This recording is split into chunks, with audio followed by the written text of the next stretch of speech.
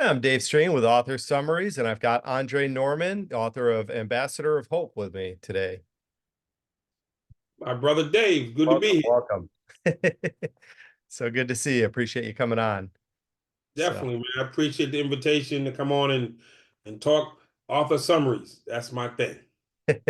good deal, good deal. So boy, my head's reeling with a bunch of questions and stuff, but why don't we start with a little bit of bio so everybody knows about a little bit more about you.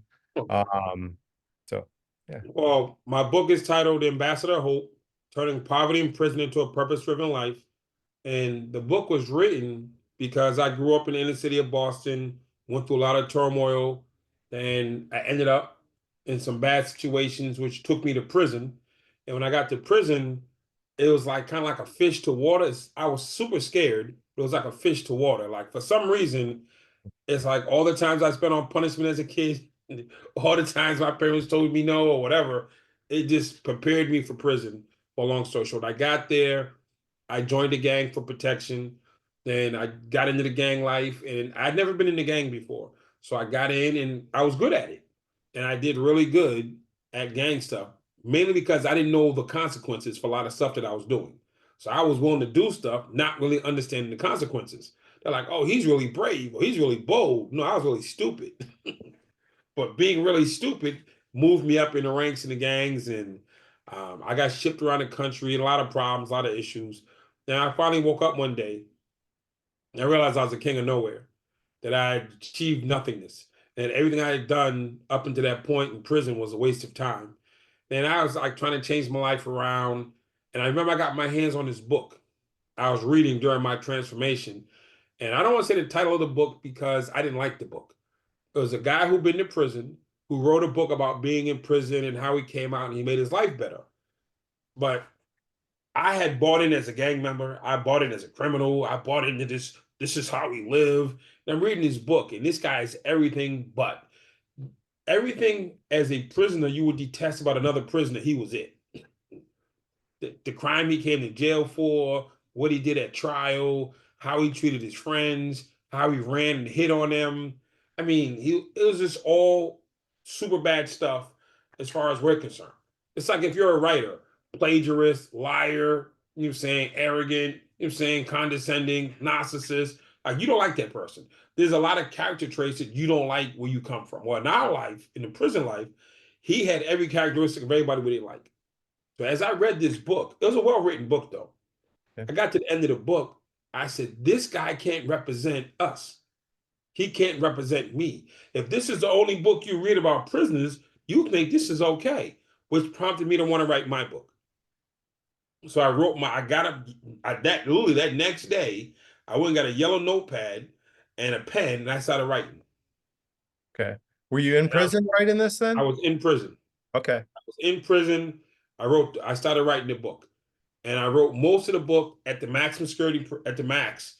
Then they moved me to another prison. When I got to the school, there was a school building. I went to the school building. There was a teacher there, super nice lady. She let me use a computer, and you weren't supposed to, but we had floppy disks back then. So she'd give me a floppy disk. I sit at my computer and I write my book, and she would hold the disk for me. Hmm. Then my disk got full, she let me mail it home. Okay. So All my right. entire book was mailed out at my house Wow. before I came home. Okay. Cool. I didn't know that. So, um, your book goes a lot into kind of the upbringing and the family life you had and whatever that kind of led you there. Do you think, do you want to talk about that a little bit? And Oh, I okay. mean, as a child, I watched my mom go through like horrendous domestic violence. It's called that now. In the 70s, it was called hailing your household. You were allowed to beat your wife in the 70s. There was no domestic violence charges even in existence. So I watched my mom go through that.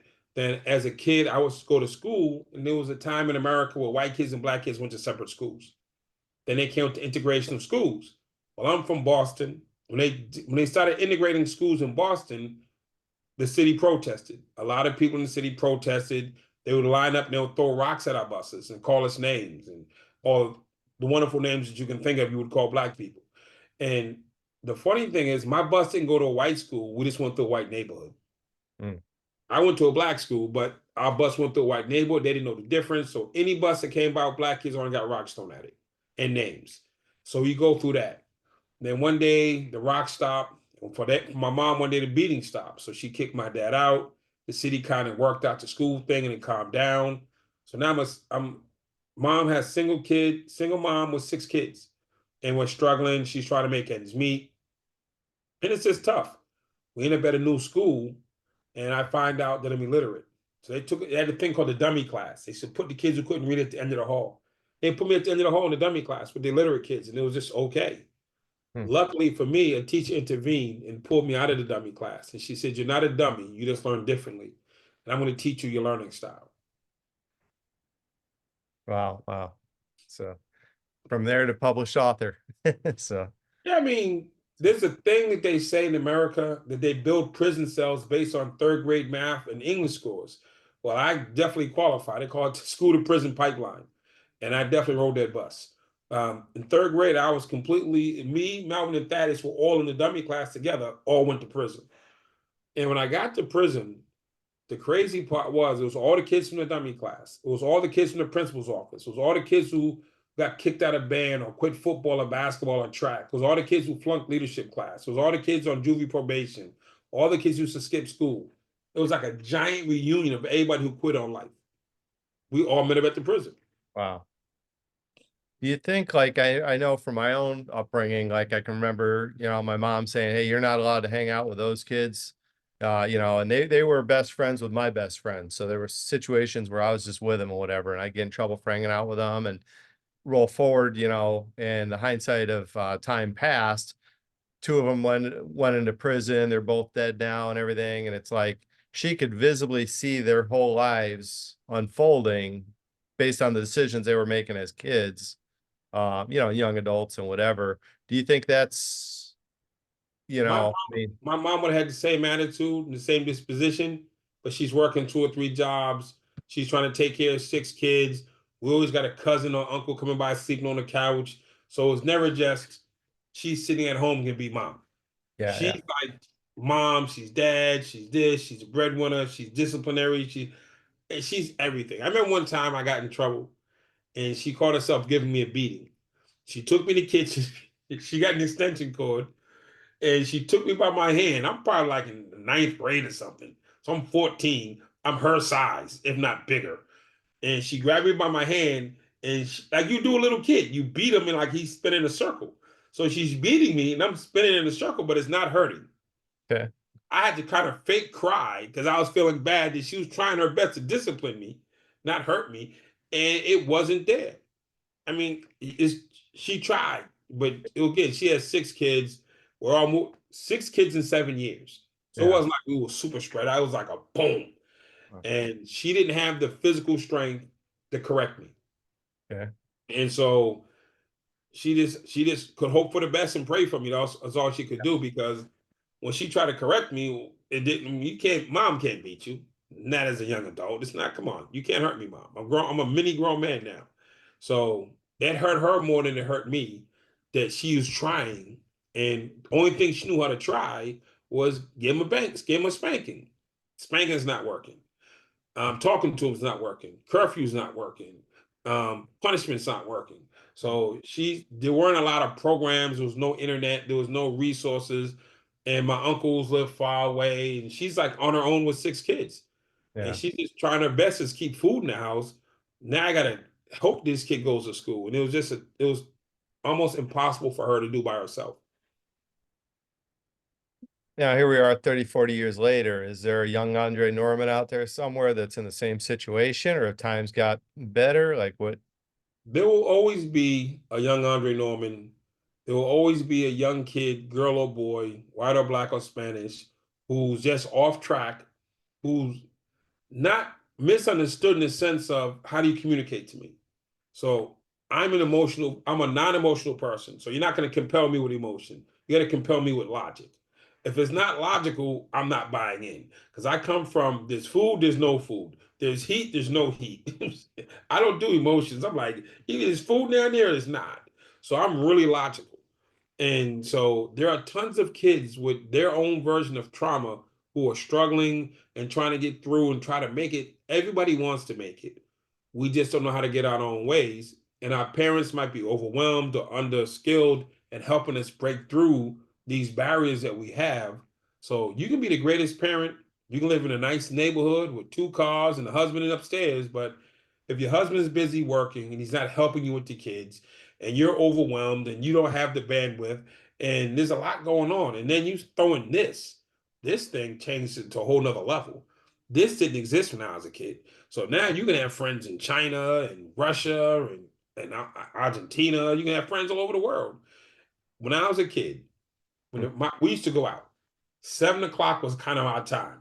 We would all meet at the bus stop at 7 o'clock, and the bus came at like 7:05.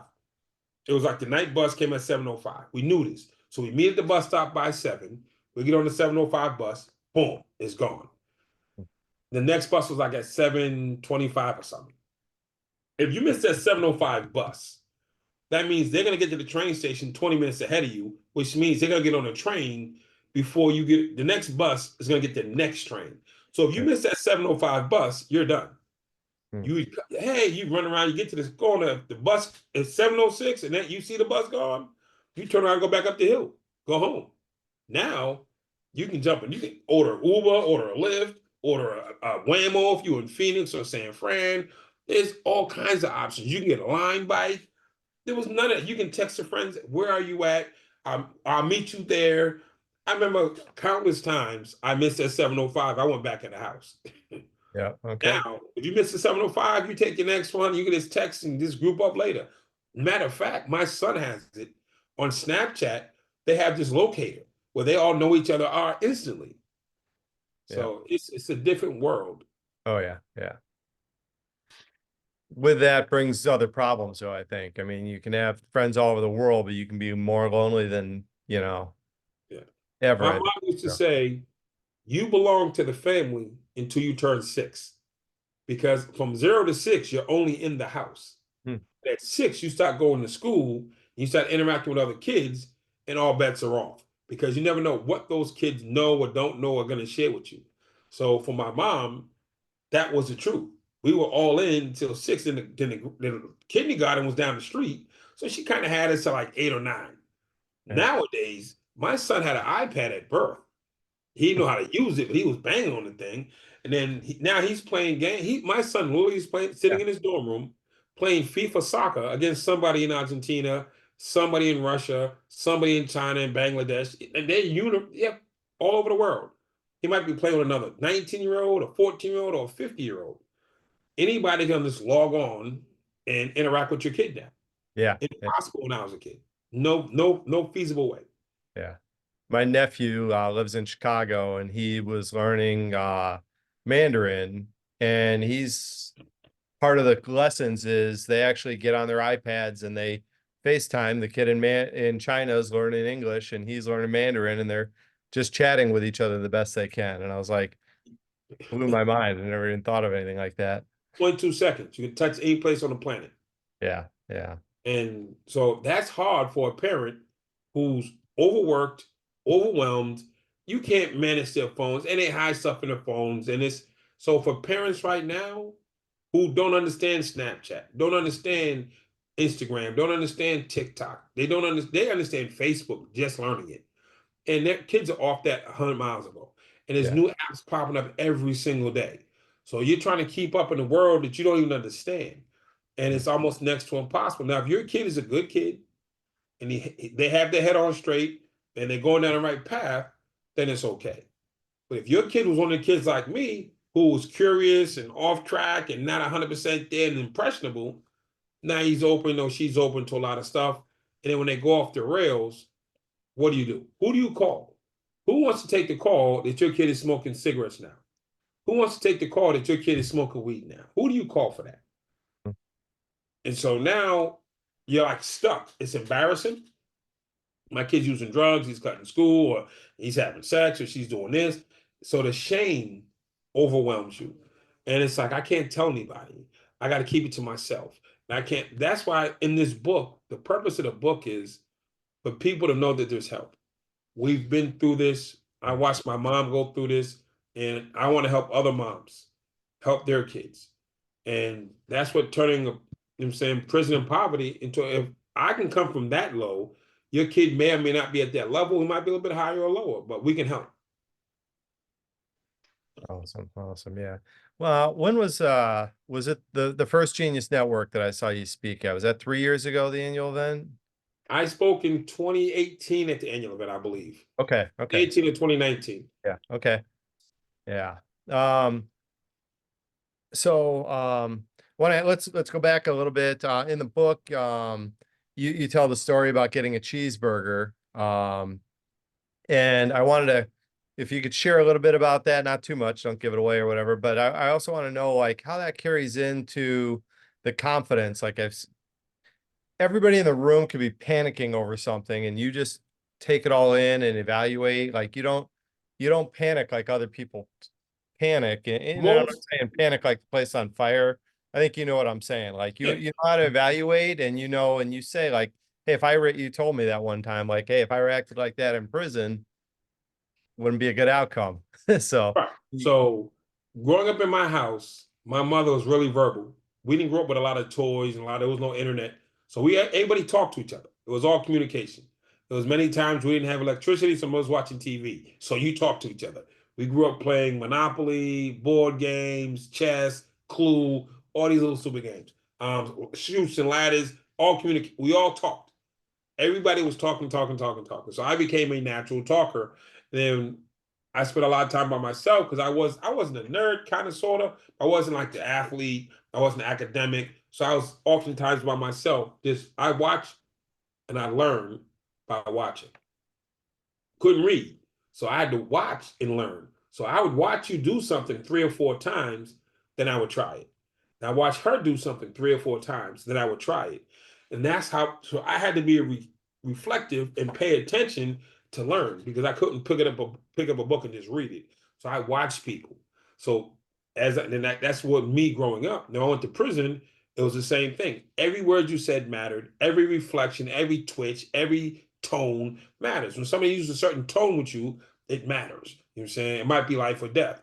It might be a lot worse. So I learned how to de emotionalize myself because if you start showing emotions in prison, it's a sign of weakness.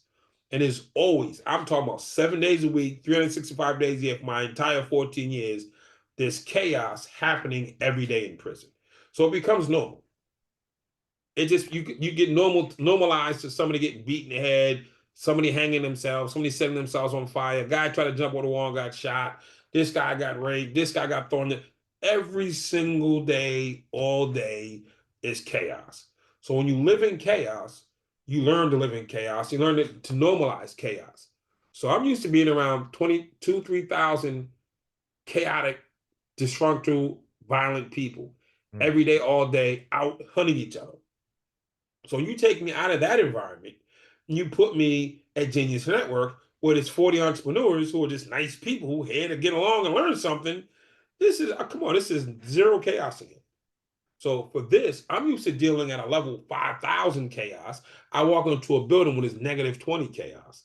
So there's nothing that's going to happen at Genius Network, at War Room, at YPO, at London Business School, at Harvard Law School that to me is going to register as chaos. wow. Okay. So you have to go to a whole nother level for me to say, oh, this is chaotic. You know what I'm saying? I've been in the middle of riots, lockdowns, 3 days, no food. I've been through some stuff being in prison. So what I call chaos, most people call impossible to deal with. So when I'm in a room, what looks chaotic to the entrepreneur, to the CEO, to the CFO, or to the staff, to me, is not. So it allows me to just maintain my focus because there's nobody wielding a knife. There's nobody on a tower shooting, doing warning shots. There's nobody bleeding. There's nothing, none of that is happening. So for me, it's not, it's just a little bit of situation that I can see clearly through. It's Mm, okay, who are the players? What's the situation? How do we get to resolution? And the good part is most entrepreneurs are looking for resolution. mm. So it's just helping them find what they're already looking for. So Oh, wow. Okay. get, I don't spaz out often. Hmm. So how can we, as entrepreneurs and authors and stuff, how can we, um, kind of learn some of that without, going through it. You like anything else. If I want to understand police mentality, I talk to a police officer. If I want to understand a clergy's mentality of forgiveness and praying, and I go talk to a clergy. If you want to learn how to handle chaotic situations, call me Mhm. and I can teach you. I Right. mean, it's a teachable skill. I didn't grow up with it, but it's a teachable skill. And that's just something we learn to deal with. I say, in the black household, you learn how to duck early because your mother throws shoes. So I don't know any black kid that can't duck. It's just automatic. It's like, because the shoes coming, a book is coming, something's gonna come flying at you at some point in time. Because she can't get across the room, she's throwing something. So you learn to duck. I go to my friends' houses, their mothers don't throw shoes, so they don't duck well. So if somebody threw a shoe, they'd be like, "Wow, what happened? Why didn't you duck?" Well, I'd be saying, "Why didn't you duck?" I'm like, "Duck." My friends would come to my house and be like, "This is crazy," but to us, it was normal. So if you want to learn skills that somebody else has, you have to go somebody with those skills. If I want to learn how to be a writer, I would call you. My website stuff, I call you. I don't, it's not my world. So I call, hey, Dave, I need help. And it might seem so basic, the stuff that I call you for. It's so basic to you, but to me, it's like I don't code, I don't Yeah. grab, I don't move, nothing. It's the same thing with chaos. For me, what you think is chaotic, to me, is like, hey, that's not a problem. I got that. So Yeah, but it's you got teachable. that other side where you're like, you know exactly what you want it to do, and you're very good at simplifying stuff and saying, no, no, no, this is what it needs to do, and so The we all simplification have. comes from talking to people without extreme education. Most of the people in prison have like a fourth grade or lower education. Most of the people in prison have dealt with or are dealing with drug addiction. Most of the people in prison are dealing with or have gone through extreme trauma. Most people in prison are living in despair, depression, and desperation. So when you're talking to that person who's an addict, who's been traumatized, has been neglected, has been abused, he's stressed out, he got 1,000 years, and he's not educated and he doesn't communicate well. So you have to explain things to him in a way that he understands. Now, I can be as smart as I want to be, but the guy I'm talking to never got past the second grade. He's been abused since he was born. He can't read and he's limited vocabulary. So I got to explain it to him. So my simplification comes from dealing with people with limited education. So now that I'm around people who are educated, I still simplify things. It's mandatory that you Hmm. can simplify when you're dealing with people in prison. Okay, that makes sense. Wow, very cool. So well, let's leave the book for a minute and talk about like some of the stuff that you're up to now, and helping people and your programs. I mean, So I was blessed to be given a second chance. I spent 14 years in prison, and I was talking to somebody earlier. I said, you have to take the bad things in life and make them lessons. You have to turn every opportunity into a lesson. So you can look at it and be emotional. Oh my God, that hurts. Or you can turn it into a lesson.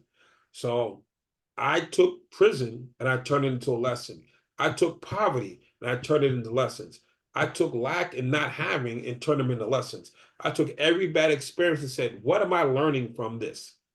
What did I learn from not having a dad? What did I learn by being in solitary confinement? What did I learn by being in these situations? And what are the commonalities that other people need to learn? You might not be in a prison cell, but are you a solo entrepreneur and you're locked in your office all day? I'm saying mm, you might not have a gang around you that's really dangerous people, but you might be working with some people who are shady and I'm saying and might be doing like some stuff across the line. So I always tell people I will tell you my story, and I trust that you're smart enough to draw the line. mm, Granted, you've never been in solitary confinement. Granted, you've never been in a knife fight. Granted, you didn't grow up in the inner city in a impoverished neighborhood. That's fine, but the lessons still apply. yeah, So I teach the lessons. I don't need to teach you the life. You just want the lessons from the life. yeah, yeah. Okay, the wisdom, yeah. Speaking of some of the situations, stabbings and whatnot, do you a lot of people with trauma hold on to it their whole lives. You don't seem to let it define you or control you in any way. I don't know. Does that creep up and you're just good at hiding it? Have you dealt with it? Like, I, I got a bag next to me. No, when I was a young man, I didn't know how to control my anger. I didn't know how to control my rage or my trauma. And I was traumatized as a kid, saw too much, been through too much. And my expression was violence. My sister's expression was drugs. My brother's expression was drinking. My little brother's expression was marijuana. I got another sister's expression was just disconnecting. So everybody had their own version of how you dealt with trauma. So we all ran to something. So my brother to a bottle, my other brother to a bag of weed, my other sister to drugs, and we all ran to something. I ran to violence. So I should have been a boxer, but I was just too small. I probably have been a great boxer or a middle linebacker because yeah. I had that. I needed to vent my rage on something or somebody, and that's how I let mine out. And so as a young person, I didn't know how to control my rage, and it would take over me. When I went to counseling and therapy, I learned how to control my rage, and I realized it wasn't rage; it was called energy. Mm, I got energy. And this is just, it has to come out. The energy hasn't left me. I just yeah. don't know how to control it. So Okay. now, when you see me getting stuff done, I run it in my mind. I get stuff. Dre, how do you get all that stuff done? How do you move so fast? How do you see so far ahead? Because I've taken the energy and I moved into a place in a space where I can channel it. And you say, well, that doesn't make sense. Well, Ray Charles is handicapped, but he took all of his energy and he focused it on his music.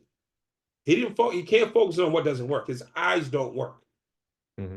So he focused his energy and his pain and other things he's been through into his work. He focused it into music. So Ray Charles is one of the greatest musicians ever. But how is that possible if he's blind? Because he learned how to take that energy and focus it. And everybody has energy. That's where walking batteries. Yeah. So in all the pain, the suffering, the heartache, the breakups, the ups, the downs, your team lost, your girl left, whatever it is, creates energy inside of you. Can you control that energy and focus it? And when you can focus that energy, you can get great things done. They say you should tap into your inner self. And that's Kung Fu Kid. Tap into your inner self. Get on one foot. You know what I'm saying? So I learned to channel my energy. Wax on, wax off. Okay. Yeah. Very cool. Very cool. Um, let's talk a little bit, like, you fly all over the world helping people. You help, you know, famous celebrities, sporting teams, all that. Do you want to talk a little bit about that and how I mean, you went from the king of nowhere, the, you know, top of the world that you didn't want to be in, but and then to Harvard, you know, graduate and stuff. Um, so like, I when I was a kid, I used to play the trumpet. That's what on the wall behind me. yeah. Then my friends talked me out of playing the trumpet because they didn't have goals. They didn't want me to have a goal. And I went for the okie doke. And then when I got to a place when I realized I wanted to be better, I needed a goal. So my goal was to go home and go to Harvard University. My friends tried to talk me out of it again, different set of friends. But I had been through that. The lesson of having my trumpet solo in the ninth grade was so when my friends in prison tried to steal my dream of going to Harvard, I knew how to recognize it and say no. So I took the lesson from ninth grade and I applied it in prison. Wow. I drew the line because I've seen this before. You can't get me twice with the same game. So I didn't go for it the second time. Had I not gone through it the first time, I might have gone for it when it came up in prison, and I'd have never made it to Harvard. So I'd have been like, "Oh, I can't leave my friends." And no. I left my friends. I left my dream with my friends in the ninth grade, and I ended up in prison. So I'm not doing this again. So I set a goal to go to Harvard. It seemed impossible to most people. But I looked in the mirror. I said, "What's inside of me that's stopping this dream from happening?" Then I started working on my goals, and taught myself how to read, taught myself the law, went to anger management, overturned my case on appeal. I started designing programs inside to help people. I started doing counseling, started doing therapy, started giving speeches, and I just kept working for 8 straight years until I got out of prison. And I kept working when I came home, and I finally achieved my goal of becoming a Harvard Fellow. It took me 25 years to do it, but I did it. Now, companies come to me and said, Andre, how dare you sitting in a maximum security prison in solitary confinement and dare to go to Harvard University? There was nothing in your environment that said Harvard. How did you even come up with that? Then I explained how I came up with it. They're like, well, can you teach my people vision? Then they said, well, you were in a hole with 100 years and you overturned your case, learned how to read, came out of a dungeon, came to a maximum security prison, and you stayed focused for 8 years and you came out and stayed focused for another 15. Can you teach my people discipline? Because that was a lot of discipline involved. And you had to communicate at a lot of levels with a lot of people. Can you teach my people communication skills, reflective listening skills? People they saw the journey, but they wanted the skills that got me through the journey. And I learned that how I got through was more valuable to people than then I got through. That I got through is the book. How I got through are trainings. Yep. So people come back to me and say, yo, teach me how to get through. Teach my company, teach my kid, teach my wife, teach my husband, teach whoever how to actually apply these lessons that you learned along the way. Whether it's communication, it's learning how to read, I mean, it's turning away from things, how to say no, all the different things that I learned that got me from the basement of prison to Harvard. People want those lessons. They don't want to walk the walk, but they definitely want the lessons that came from the walk. And so I've been able to take those and just help people. So if you have a kid that's suicidal, I was dealing with suicidal people every single day in solitary confinement. It's like second nature. Wow. You're in the hole for 2-3 years at a time. Once a month, somebody's trying to hang themselves. Every week, somebody's talking about killing themselves. So it's a daily conversation. And after you have like 1,000 conversations with suicidal people, you learn how to have conversations with suicidal people and extremely suicidal people who have nothing to live for. They've given up, their families left, their kids turned their back on them. They're in here and they did whatever they did. And they just said, this is it. This is it. I got nothing. And so that person wants to kill himself. If I can talk that person back off the ledge. Now your kid lives in a nice house, he got his own room, he has TV, Xbox phone. He's depressed, he's traumatized, but he's by nowhere near the level of psychosis that I'm used to dealing with. So it's a lot easier to bring that kid back than to bring a guy who has a double life sentence 30 years in and he has no family. Wow. Yeah. So I've been dealing with extreme suicidal cases, extreme mental illness, extreme depression. I mean, so I spent 14 years studying the most extreme scenarios humanly possible. So now that I'm free and I'm working with families and companies and countries, it's like it's almost not fair. You know what I'm saying? Because I come in, I'm used to like extreme. When I say extreme, I mean extreme. Wow. Now I'm just dealing with a 15-year-old kid whose girlfriend broke up with him, or a 14-year-old girl who somebody's not paying, who's they're being bullied on cyberspace or what. It's real to them, but it's not catastrophic to me. I can see the other side, and I can help them see the other side. And so I go in and do a lot of suicide work, a lot of bullying work. I do a lot of communication stuff. I just want to help people get to a better space. Really So good. Really good. And that's I've seen taken it me. firsthand. I've seen you do it. So it's I've been amazing. London Business School, working there since 2000. 2001, I started at London Business School. 2016 at Harvard Law School. The UN is called, the White House is called, Honduras, the country, Liberia, the country. We get countries calling, families calling. We don't try to pick and choose. If you call our phone, I'll pick it up. Oh, yeah. It's amazing. So, um, so what's next for you? I know a little bit because I'm doing your marketing and stuff. Do you want to talk about that a little? And Right here, Second Chance University. I have here we go. Keep it right here. Second Chance University is a program that I designed to help first ex-offenders or current offenders. There's 2.2 million people in jail. And I have this thing. This is a prison tablet. It's like an iPad for prisoners. And there's 650,000 of these I have access to. I put educational content, mental health content, you know what I'm saying, therapy, positive entertainment on here to engage them. So Second Chance University will launch in January 2025. And the day we open, we will have 650,000 students, which will make us the largest university in the world. And the goal is to provide access and education and inspiration for people trying to start their lives over. So if they're in jail, we're coming in trying to train and help them be better, bring them positive information, someone who's been there and made it. I am the only TV channel on here that's a former prisoner talking to current prisoners about how to make it.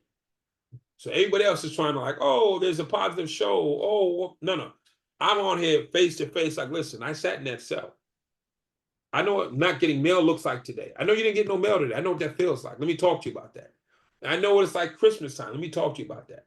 I know what it's like sitting in solitary confinement. Let me talk to you about that. You know, your pill just got denied, or your mother got sick. Whatever the thing is, I talk to them from me to them in real time. And then we bring the education, we bring the hope, we bring the inspiration, we bring the entrepreneurship and get them ready to come home. And that's what we're doing now. So we have 650,000 people in our class behind the wall. And as they segue out, there'll be a second chance university on the other side to help them get up to speed so then we can pass them off to a 2 or 4 year college or a trade school. So good. So needed. That's amazing. So, I mean, think about this. I was talking to a gentleman who worked at a bank.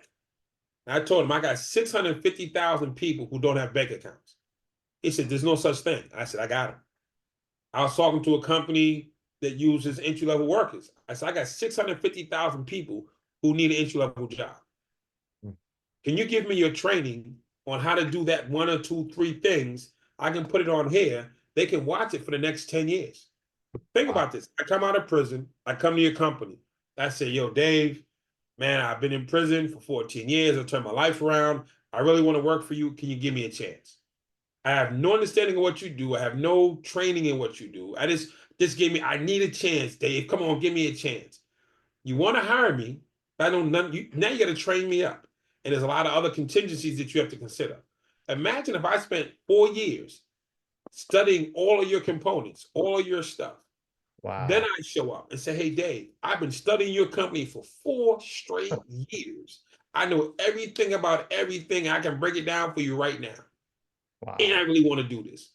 I am a way better candidate for your company. And it makes it easier for you to hire me. So I say to companies, I have companies now giving me their digital trainings. I'm putting it on the platform. And the inmates, 650,000, they can self-select and study 1, 2, whatever they got left, Wow. 5, 10 years. By the time that person walks out, they just need a competency test to prove to you that they really studied it. And they Yeah. will.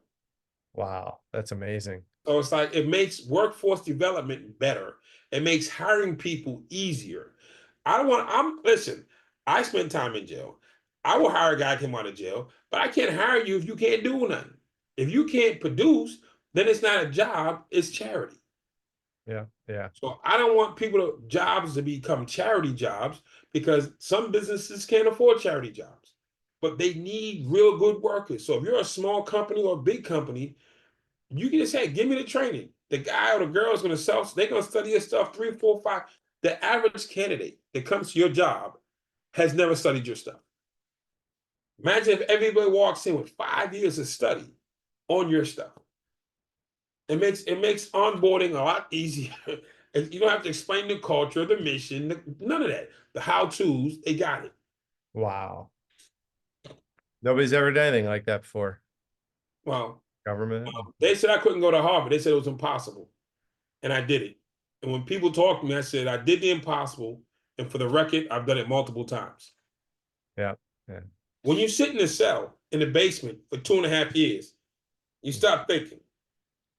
You start thinking about what can be done and how to get it done. So workforce development is a necessary thing in 2025 and beyond. And right now, you can't pay people to work. You can't offer them enough money to work. And if you do give them to come to the door, they're walking out 3 to 4 or 5 months later because you didn't have bean bags or the tables didn't go up and down or you didn't have the right stuff in the vending machine. I have 600,000 people come home from prison every year. and they are dying for jobs, and they're willing to study your stuff if you give it to me. If you give it to me, I'll put it in front of them, and they will study it like nobody else. And when they show up to your front door, they'll be ready. Wow, that's amazing. It's amazing. Hmm. So good, so good. So, what didn't I ask you that I should have? What you should have asked me is, am I a Celtic fan? Of course I am. There Am I a Patriot fan? Of course I am. you go. No, I mean, seriously, I just want people to know that, yes, there's a lot of us who go through hard times. There's even a lot of us who end up in prison. And there's a lot of us who come home. And there's a lot of people who don't go to prison. So this isn't just for me, just about prisoners. Second Chance University might be the divorcee wife at 38 with no job skills. She was married from 24 to 38. It didn't work out. Now all of a sudden she has to go into the workforce. Who's going to give her a second chance? Hmm.